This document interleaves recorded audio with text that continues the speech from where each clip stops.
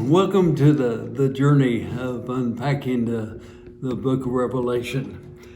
In our discussion last Sunday, we did have a question that I said, I'll check it out for sure. Don't take it to the bank, my answer.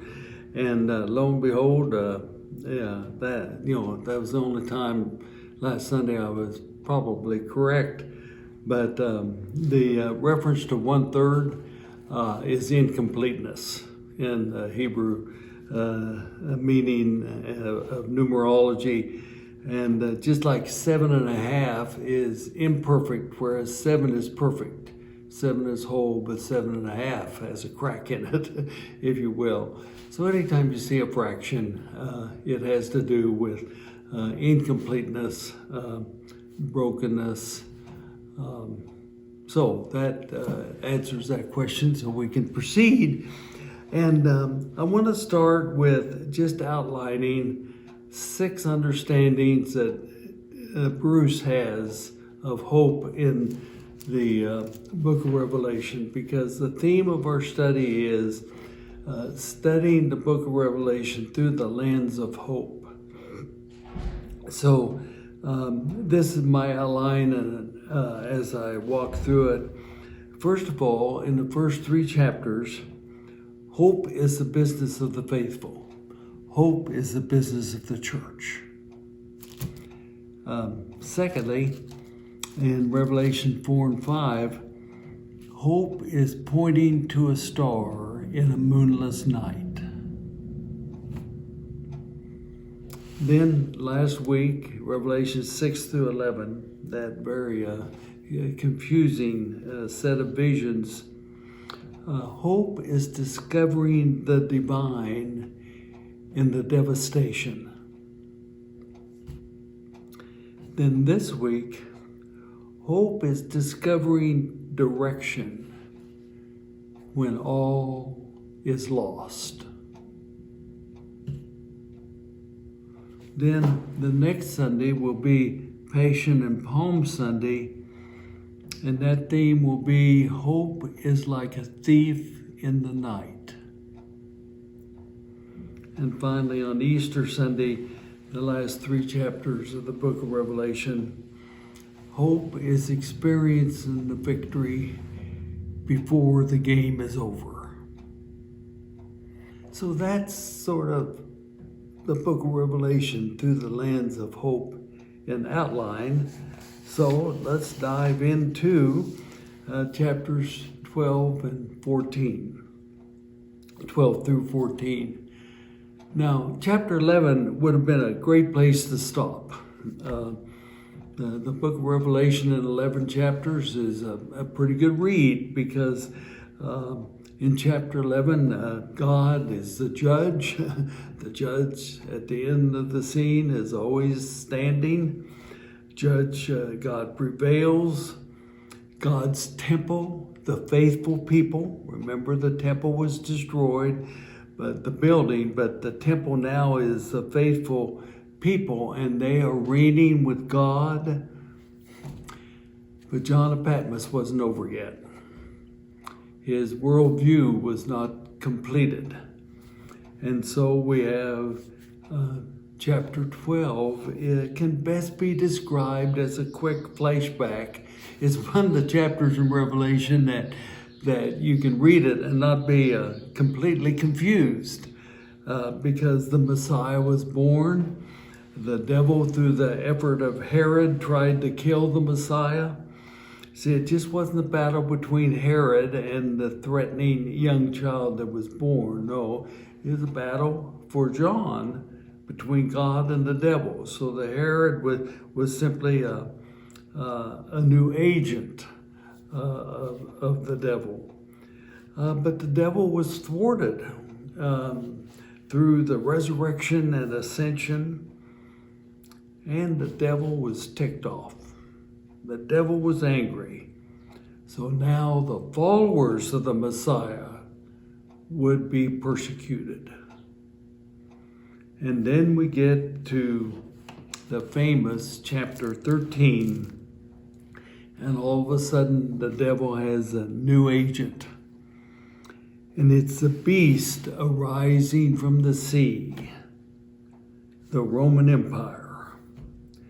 The beast opens its mouth to offer blasphemies against God. This is the way it reads. And the beast opened his mouth in blasphemies against God, to blaspheme God's name and God's tabernacle, those who dwell in heaven. So that being, the Roman Empire. And the emperors were divine. That's what blasphemy was all about. Something else was divine, and the emperors were divine. Remember, the word Augustus has to do with divinity. And so those who follow the emperor and worship the divine emperor are known by the mark, either on the forehead or the right hand. They had a mark indicating that the emperor was divine. And that was important because that gave rights and privileges of making money, of full functioning in the Roman culture and society. But those without the mark were to be persecuted. Now the number of the beast is 666. And as we have decoded that before, in Hebrew numerology, that is simply the numeric value of the consonants in the name of Neron Caesar. And why was Neron Caesar, the epitome of the beast? Because as a non-Christian writer wrote about Neron Caesar's brutal persecution of Christians in Rome. This non-Christian writer wrote, Neron Caesar's brutal persecution of the Christians in Rome was death with insult. Death with insult. In other words, they just didn't kill them. They had them in the lions. They had their death on public display, insulting them in their death. That's what chapter 13 is all about. Brutal, gruesome. And remember, this book was written 30 years later. All the readers knew John of Patmos was talking about the beast of the sea, the Roman Empire. But then we move to chapter 14,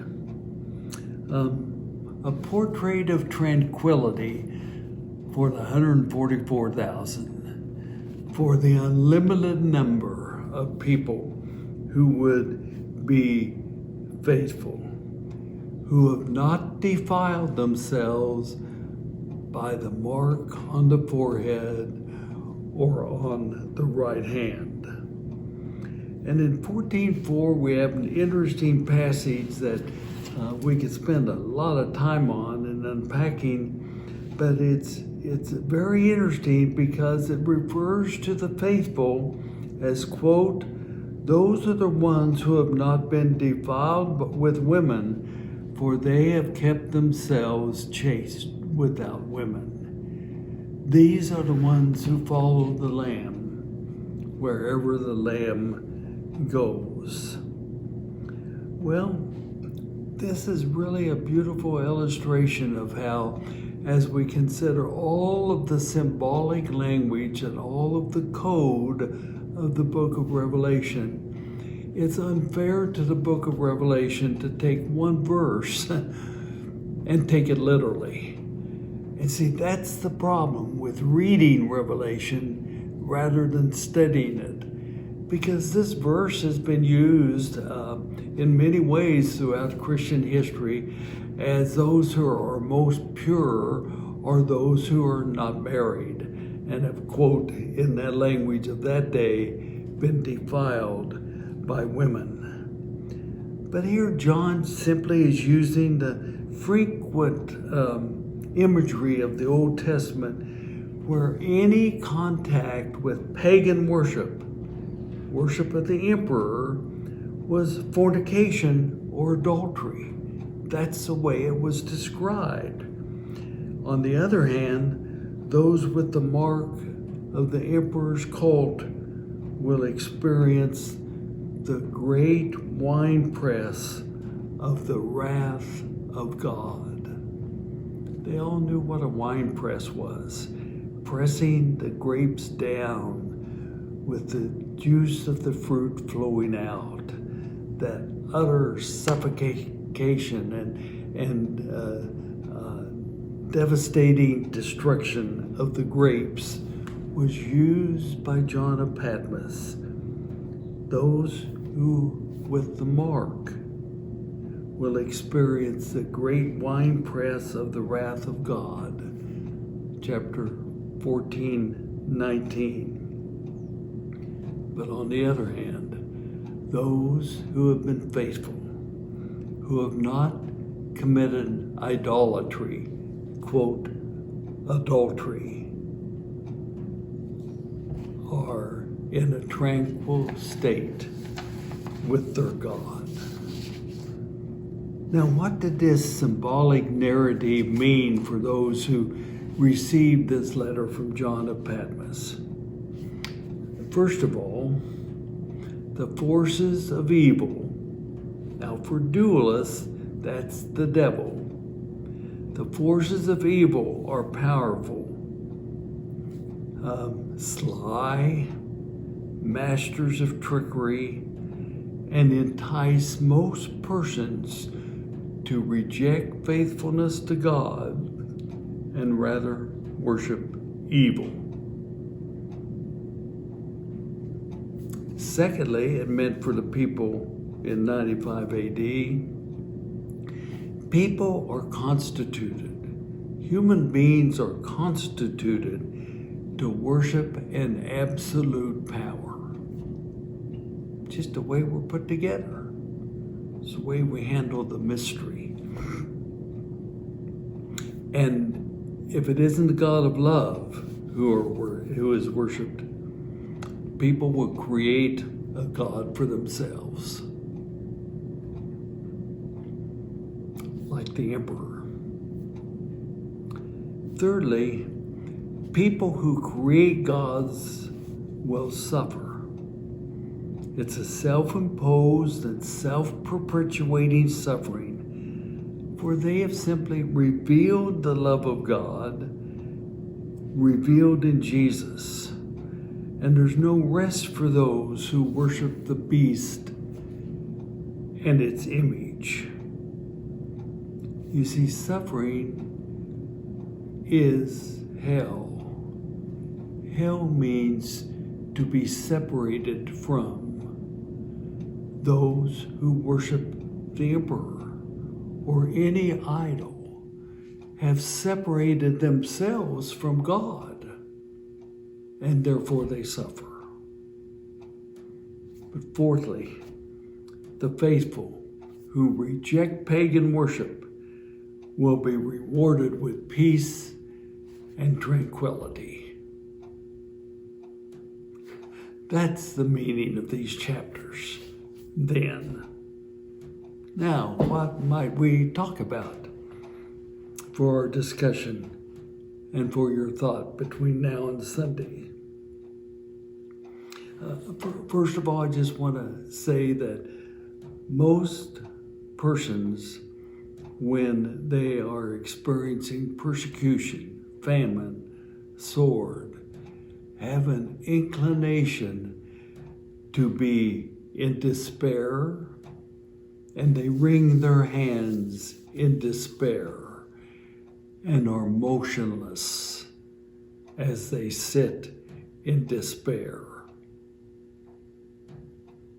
So the first question is, how does the hope that love will prevail give faithful persons direction for their daily living.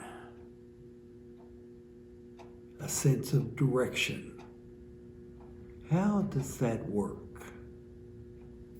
How does the hope that love will prevail give faithful persons a sense of direction for their daily living?